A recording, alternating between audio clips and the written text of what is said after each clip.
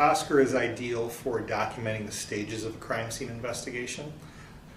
And then as you locate and lift each individual fingerprint, you can now use the presentation part of OSCR's software to embed your close-up shots of your fingerprints, and you can either scan or photograph your lift cards and attach those as well. So you can have a sphere prior to processing, a sphere after processing, and then within that sphere after processing, points of interest, including close-ups and lift cards. And then when you're all done, you can take another sphere and you'll see voids where you had done your tape lifts.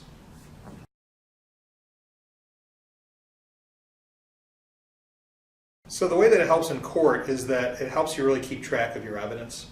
Each one of your lift cards is going to be numbered, however you come up with your system for numbering your lift cards. So you could put a placard by each one, shoot your sphere, you'll have numbered placards by all your cards will have the numbers on them as well. And then it's easy for the jury to understand when they look at the room kind of globally, spherically, and they can see that you had a lift from over here and a lift from over there and maybe some lifts over here. You can kind of see how the suspect moved through the scene, what the person touched.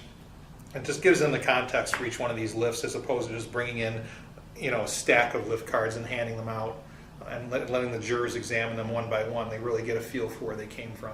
But you'll also have OSCR as the context to tie all that together.